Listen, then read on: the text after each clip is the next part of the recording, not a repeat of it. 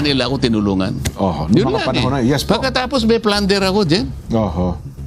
Dililiwanag ko lang kung paano ang gagawin nila para lamang lusawin yung aming bilang para makuha nila ang mayorya. Ito yung punot dulo nito, Jen. Doon talaga uuwisin. Hindi sila tumitigil araw-araw. Araw-araw, pati yung nangyari nung nakaraang huling araw nang nag-walkout sila. So ito yung kalagayan namin. Hindi lang si Jinggoy, hindi lang ako, Joel Villanueva, Chis Escudero. Pipilitin po nilang kunin yung mayorya dahil sa takot nila sa Blue Ribbon. Ito po ang kinatatakutan nila, yung Blue Ribbon Committee.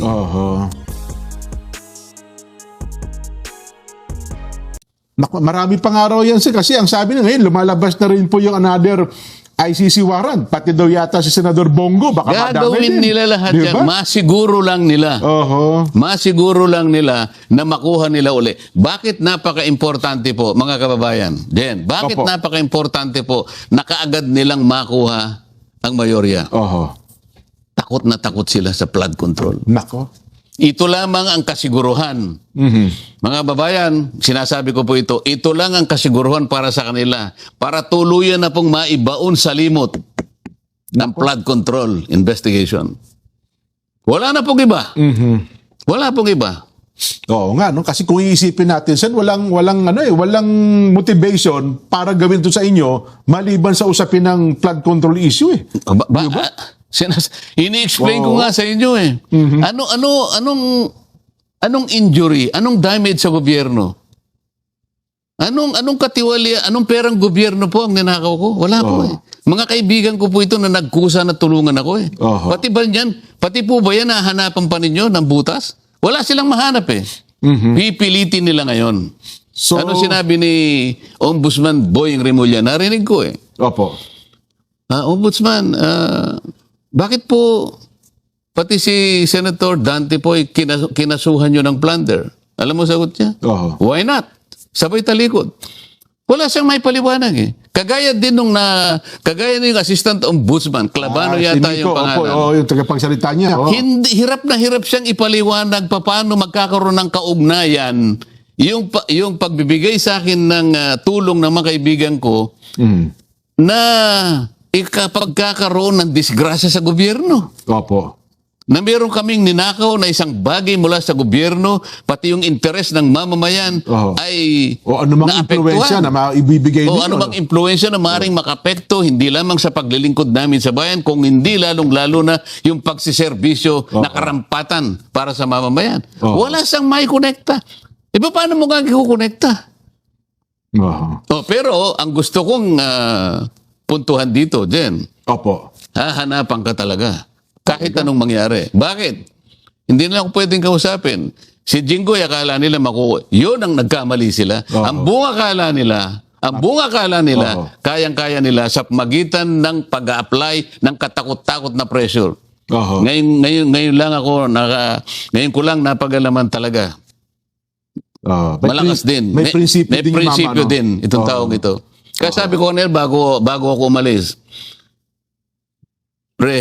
mauuna na ako sa'yo, hahabol ako sa saganang mamamayan.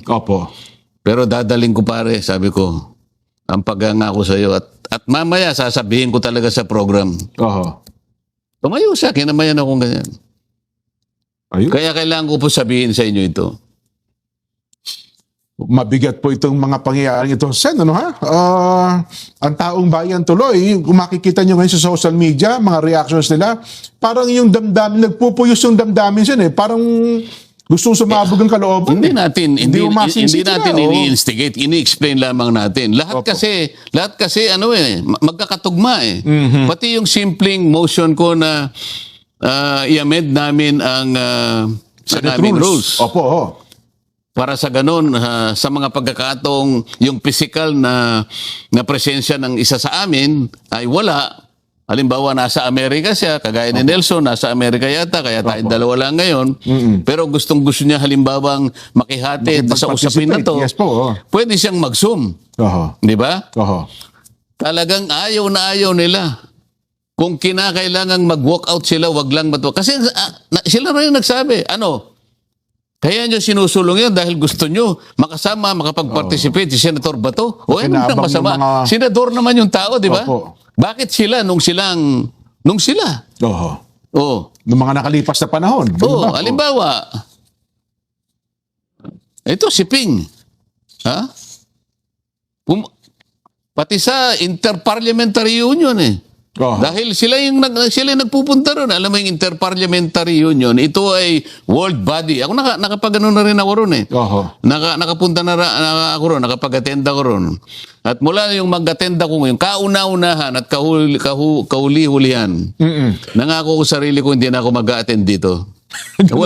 Walang kakwenta-kwentang puro ano lang pala yun. Ganun Oo, ba? puro ano lang, puro yung talagang parang publicity. So, pero naman ako naman dahil tinutupad ko ang tungkulin ko, may kwento ko lang ng konti. Yes po. Pinagandaan yung mabuti. Merong 3 resolution kasi doon. Opo. Sabi ni GMA, kasi doon niya ako pinapunta, ako kasi lahat ng gagawain ko talaga siniseryoso Yes ko po.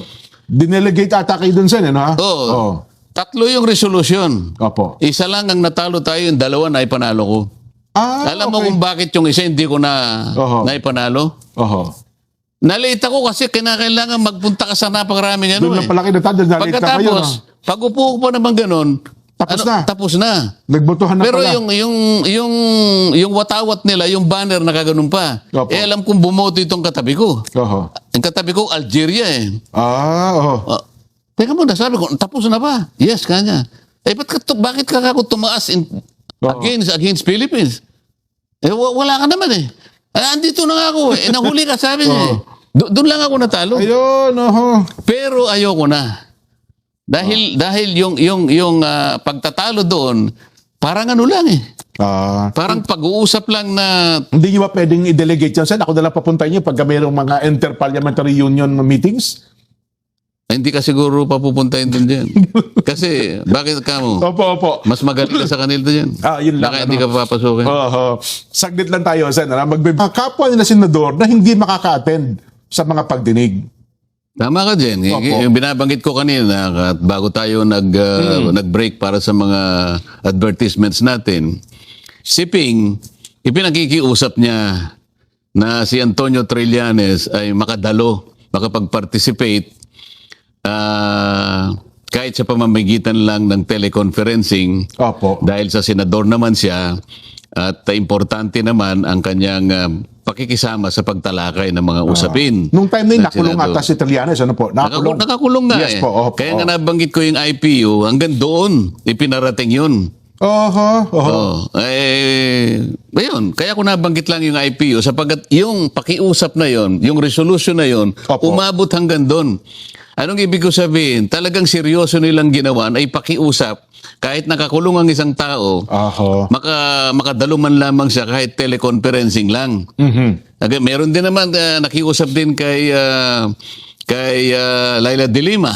Opo. Nakakulong din siya ron. Opo. At ang nakiusap naman doon, si Senator Kiko at saka si Senator Ontiveros. Opo. Sa mga tweets, sila, nauna nilang nakilala yung kahalagahan ng pagganap ng tungkulin ng isang senador kahit sa pamamagitan lang ng teleconferencing kung yung kanyang physical na presence ay hindi talaga magkakaroon ng katuparan dahil nakakulong ka nga o maring nandun ka sa isang lugar, ganon. Opo. So, noon sila okay lang. Pwede nilang ipakiusap yun. Pwede nilang ilaban yun. Pero nung kami na, ganun na lang ang kanilang pagtutol. Sukdo lang mag-walk out. At saka hindi lang karaniwang pagtutol. Opo. Kung kinakailangan magsipag-walk out sila para lang mawalan ng saysay yung aming ginagawa, ay nakita mo na kung asa ng, di ba double standard tong ganito? At meron pang yung unang may sinabi lang ako na wala namang kinalaman dun sa maring pag-attacking personal sa mga kasama ko. Dahil ang pinag-uusapan lang namin yung rules na kung saan yung pagtatalo napunta na lang doon sa 2 section na aming pinag-uusapan. Yung section 24 at saka section 131. Opo. Sabi ko, nung humaba kasi tayo dito, tayo doon, pinipilit ng usa, hindi kanya kailangan tayo sa committee on rules. Opo. Sabi naman nung isa, Hindi kaya nga nandito na si SP, siya na ngayon tumayo para ipakiusap sa atin if we can take up this issue in plenary today. Ayun. Kasi wala pa nga committee on rules eh. Alam mo, Jen, tinitingnan ko sila eh. Dapat doon lang nakita na yung katwiran na dapat wag na silang magreklamo. Bakit kamo? Kung sila'y matagal na sa Senado, lalong-lalo na yung tumagal at tumanda na dyan, hindi ba nila alam, Jen, na yung plenaryo, yung floor, Opo. is the highest governing body? Yes. Ang ibig sabihin, kaya niyang i-override kahit ano yung nangyayari Kahit sa ano mga committee. Yes. Ang totoo niyan, kapag pinagkaisahan namin na isuspende yung rules, magagawa namin because it is a plenary action. Sabi ko, nagtataka ako. Ba't hindi nila makuha yun? Ay, matagal na sila rito. Ako naman isa lang ako doon sa mga ngayon lang napunta ron. Pero naintindihan ko, yung parliamentary practice. Di ba? Ngayon, tayo dito, tayo doon. Pinipilit nila yung Section 24. So, namagitan na rin ako. Sabi ko, ganito po yan. Ito po kasi Section 24, kung titingnan ninyo, is a general provision. Yeah, general provision. Opo. Ito pong 136 ay special provision. Special provision. Alam po ninyo, kako, sa prinsipyo po ng batas. Ito po yung principle. Hindi na kailangan debatihin ito kasi kung pareho tayong abogado, magkaintindihan tayo. Sabi namin sa mga abogado, the special law will always prevail over a general law. Tapos na yun eh. Makikipagdebate ka pa sa akin. Okay, yun po akong problema kung wala po tayong legal background. Aba, nagalit sila. Parang minamaliit nyo raw yung kapwa yung senador. Sabi ko, ma'am, please, sabi ko pa, do not make a conclusion like that. So ito, pinalilitaw nyo lang po talaga, hindi po nyo nakita yung distinction. Okay na po ako kung hindi po tayo magkaintindihan dito. Sabi ko, ganyan, ano. Bago pa nangyari yun, tumayo yung isa rito eh. Ad hominem. Ayun, yan na nga po. Sabi ko, paano kaya, alam niya kaya kung ano ibig sabihin ng ad hominem? Gusto kong bigyan ng halimbawa, Jen. Ano ba ang ad hominem?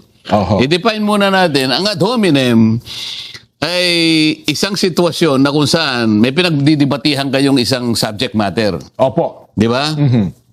Halimbawa, kamukha nung nangyari. Ayan, opo. Yung motion na sinabi ko na pwede po bang susugan yung Section 41B. O, yung Section 41 kasi A, B lang yun eh.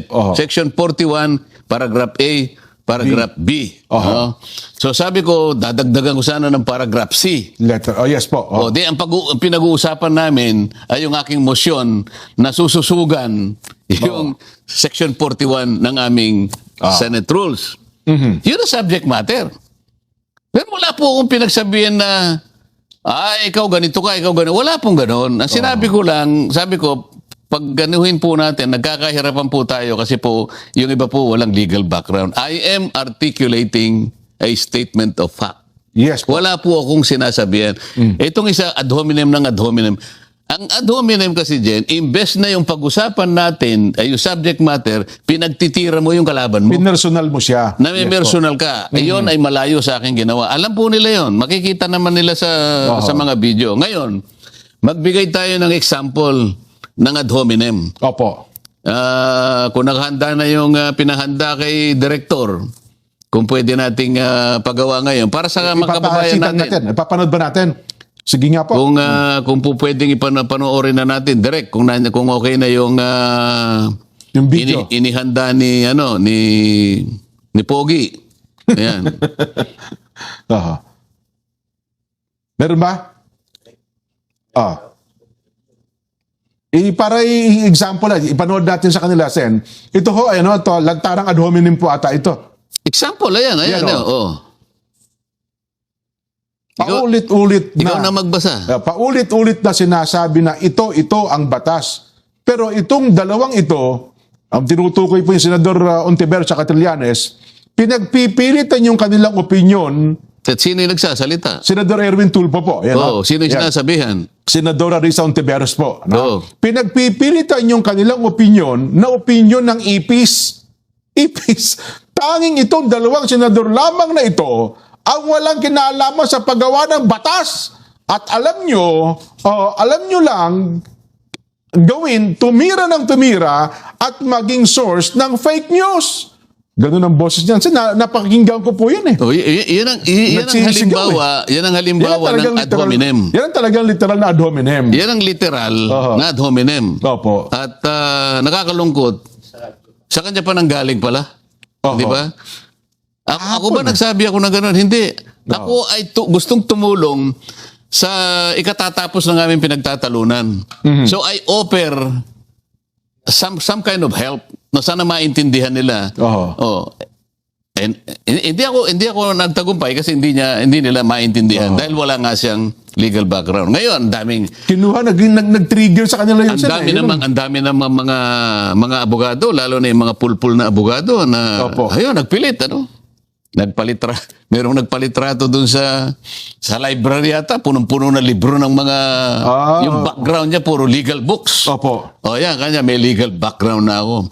Alam mo, Jen, ito mga ganito, hindi nakatutulong para linawin ang isang napakasimpleng bagay eh. Hindi ba? Yes po. Sinabi ko lang na ito po ang baka makatulong po. Iwasan na po natin itong bahagi na ito kung tatanggapin po ninyo itong prinsipyong ito na sa batas po ay nangyayari.